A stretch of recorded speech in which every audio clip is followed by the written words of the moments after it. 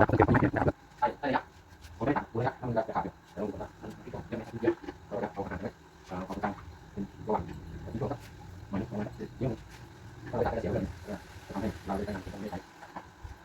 เราจะทำอยู่นี่คือการวางแบบง่ายๆของเรือใช้มาเป็นไม่ดีอาจจะจะบอกขึ้นตั้งแล้วผมเข้าไปทำเป็นจะมีดินจะต้องยากของมันใหญ่เราต้องยากทำไปต้องมีนะจะบอกให้เป็นใส่ของมันยากเป็นใส่ของแก้วของพวกแก้วไปแล้ว